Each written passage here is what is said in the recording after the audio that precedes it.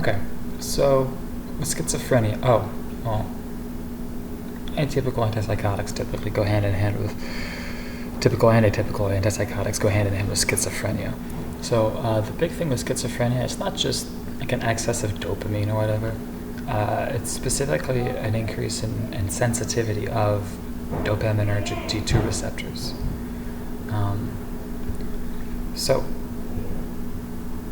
anyway, they're mainly used to stop the positive symptoms of schizophrenia. If you remember schizophrenia, you could bring it into positive and negative symptoms. Negative symptoms are things like anhedonia. You don't take any pleasure in any of the things that people usually do, sex, food, whatever. And the positive symptoms, I guess it's wrong to think about it this way, but it's how I think about it. It's the fun symptoms of schizophrenia. It's the hallucinations. It's the hearing things when it's not there, seeing things when they're not there, paranoia, stuff like that. It's more active, I guess.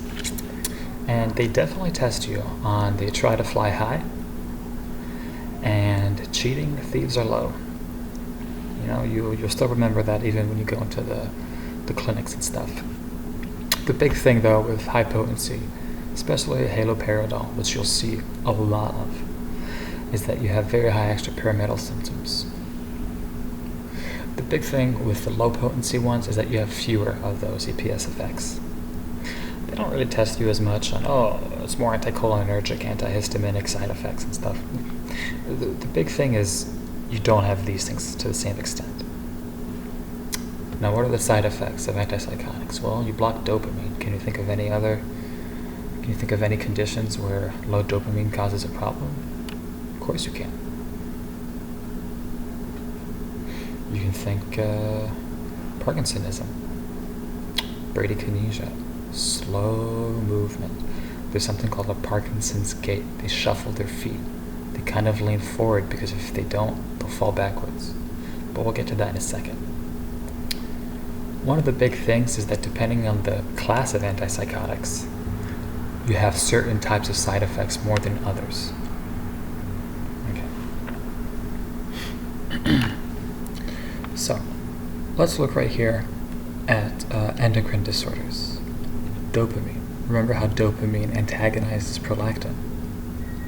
Then you'll have prolactinemia or hyperprolactinemia, galactorrhea, gynecomastia. Be on the lookout for a 25, 30-year-old man who's seeing things. He started on a medication, and all of a sudden starts complaining of a white discharge coming from his nipples. Okay. Weight gain. You'll come to see that all of the penes, clozapine, olanzapine, all the penes are associated with extraordinary weight gain. Not like 5 or 6 pounds. This is 20, 30 pounds and stuff. Hyperglycemia is also a big one. And you also see constipation. Now, I highlighted constipation more so because of its relationship to Parkinson-like features. A lot of people who end up getting Parkinson's will first notice constipation forming a few years before, or GI effects happening a few years or before the motor symptoms go in. And again, you can think of the effects of antipsychotics kind of mirroring some Parkinson-like stuff. Low dopamine, got it. QT prolongation, especially with quetiapine. Remember, corneal deposits with chlorpromazine, thyroidazine has retinal deposits. And of course, neuroleptic malignant syndrome is the big thing. How do you differentiate that from serotonin syndrome? Remember, it's the lead pipe rigidity. They're not going to use lead pipe rigidity, but they're going to say stiff as a board, can't move. And when you contrast it to something like serotonin syndrome is pretty fast with its onset compared to NMS. Serotonin syndrome also has hyperreflexia, and it has a clone. It has a but, but you won't have. Extrapyramidal symptoms. This is when you want to think about movement disorders.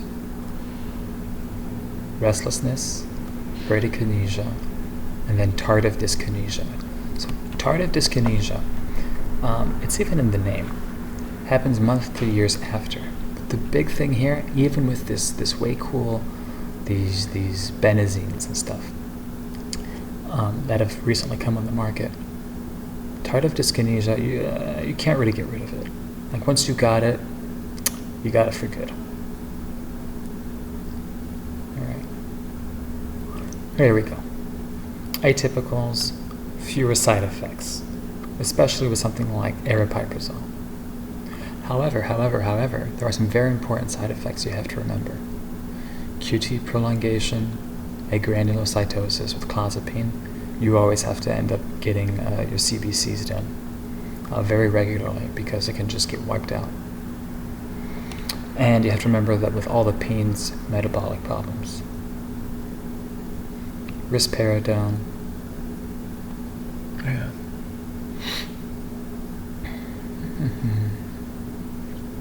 What are we going on here?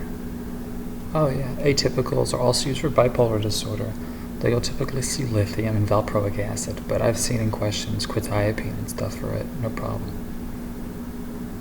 Quetiapine, QT prolongation. All the dones here, especially risperidone, hyperprolactinemia.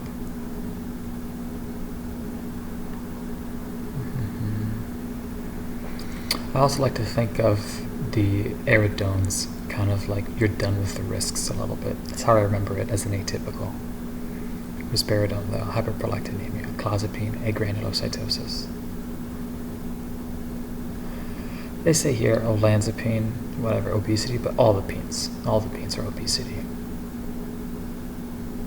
And you'll start seeing how valproic acid later on is used for literally everything. So what was the big thing here? Big thing here is specifically D2 receptors, extrapyramidal symptoms when you're using high potency, low potency is everything else. If you start thinking about the relationship with movement disorders, things will start making a lot more sense.